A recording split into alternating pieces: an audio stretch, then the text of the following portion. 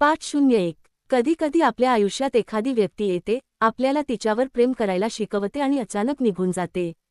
पण जर ती व्यक्ती जाण्यापूर्वी फक्त एकच मेसेज करून गेली तर? आरवच्या फोनवर आलेला तो मेसेज साधा नव्हता. त्यात लिहिलं होतं, मला विसरू नकोस पण माझा शोधही घेऊ नकोस. पाठ 02. पावसाळ्याची एक संध्याकाळ होती. मुंबईच्या छोट्याशा कॅफेमध्ये आरव नेहमीप्रमाणे एकटाच बसला होता. अचानक कॅफेचा दरवाजा उघडला आणि सई आत आली. तिच्या हातात एक पुस्तक होतं. जागा शोधताना तिची नजर आरवच्या टेबलाजवळच्या रिकाम्या खुर्चीवर गेली. तिने हळूच विचारलं, एक्सक्यूज मी, ही सीट रिकामी आहे का? पाठ 03. आरवने फक्त मान हलवली आणि सई त्याच्यासमोर बसली. काही मिनिटांनी तिचं पुस्तक खाली पडलं. आरवने ते उचलून दिलं. पुस्तकाचं नाव होतं, अपूर्ण राहिलेल्या गोष्टी. आरव हसत म्हणाला, नाव थोडं उदास आहे. सई म्हणाली, काही गोष्टी अपूर्ण राहिल्या म्हणूनच त्या आयुष्यभर लक्षात राहतात. पाठ 04. त्या दिवसानंतर सई रोज कॅफेमध्ये येऊ लागली. कधी पुस्तक घेऊन, कधी फक्त कॉफी घेऊन. हळूहळू आरवच्या शांत आयुष्यात तिच्या गप्पांचा आवाज भरू लागला. एक दिवस सईने विचारलं, तू एवढा शांत का असतोस? आरव म्हणाला, मला शब्दांपेक्षा माणसं समजून घ्यायला आवडतात. पाठ 05. सई हसली आणि म्हणाली, मग मला समजलं का? आरव काही क्षण शांत राहिला. मग म्हणाला, अजून नाही. सईने पुन्हा विचारलं, मग कधी समजणार? आरव तिच्याकडे पाहत म्हणाला, तू माझ्यासोबत राहशील तर? सई काहीच बोलली नाही, फक्त हसली. त्या हसण्यात आरवला उत्तर मिळालं होतं. पाठ 06. काही महिने असेच गेले. मैत्रीचं रूपांतर नकळत प्रेमात झालं. एका संध्याकाळी दोघे समुद्रकिनारी बसले होते. सई शांत होती. आरवने विचारलं, काय झालं? सई म्हणाली, तुला कधी भीती वाटते का? आरवने विचारलं, कशाची? सई म्हणाली, आपण ज्याच्यावर प्रेम करतो ती व्यक्ती दूर जाण्याची. पाठ 07. आरव तिच्याकडे पाहत म्हणाला, तू माझ्यापासून दूर जाणार आहेस का? सईने नजर चुकवली. आरवने तिच्याकडे पाहून शांतपणे सांगितलं, सई, मला तुझ्यावर प्रेम आहे. काही क्षण दोघांमध्ये शांतता होती. मग सईच्या डोळ्यांत आनंदाश्रू आले. ती हळूच म्हणाली, मलाही. त्या क्षणी त्यांचं प्रेम पूर्ण झालं. पाठ 08. त्या दिवशी दोघांनी एकमेकांना एक वचन दिलं, काहीही झालं तरी आपण एकमेकांना सोडणार नाही. पुढचे काही महिने त्यांच्या आयुष्यातले सर्वात सुंदर होते. प्रत्येक दिवसात प्रेम होतं, प्रत्येक भेटीत आनंद होता. पण आरवला माहीत नव्हतं, त्यांच्या या सुंदर प्रेमकथेवर लवकरच एक मोठं संकट येणार होतं. पाठ 09. अचानक सई बदलली. ती आरवचे फोन टाळू लागली. मेसेजला उशिरा उत्तर देऊ लागली. भेटी कमी झाल्या. एक दिवस आरवने विचारलं, तू माझ्यापासून काही लपवतेस का? सईने उत्तर दिलं, नाही. आरव म्हणाला, मग माझ्याकडे पाहून बोल. सईने त्याच्याकडे पाहिलं. तिच्या डोळ्यांत अश्रू होते. पाठ 10. सई म्हणाली, आरव, कधी कधी एखाद्या व्यक्तीवर प्रेम करणं सोपं असतं, पण तिच्यासोबत राहणं कठीण असतं.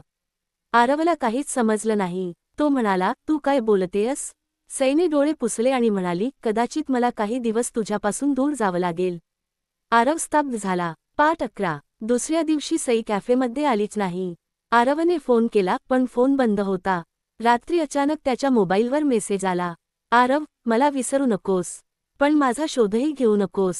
कधीतरी तुला सगळं समजेल. तोपर्यंत माझ्यावर विश्वास ठेव. आरव तो मेसेज पुन्हा पुन्हा वाचत राहिला. पाठ 12. दिवस गेले, आठवडे गेले, नंतर महिनेही गेले, पण सई परत आली नाही.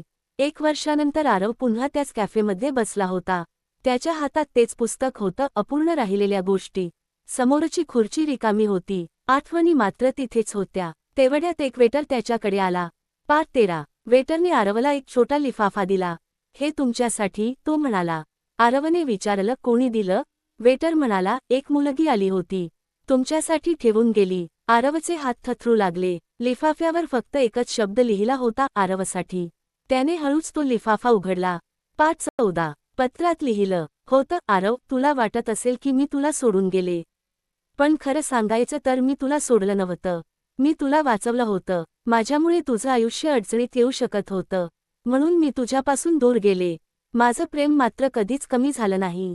पाठ 15. पत्राच्या शेवटी एक वाक्य होतं, तुला अजूनही माझ्यावर प्रेम असेल तर उद्या संध्याकाळी 6 वाजता त्याच समुद्रकिनारी ये.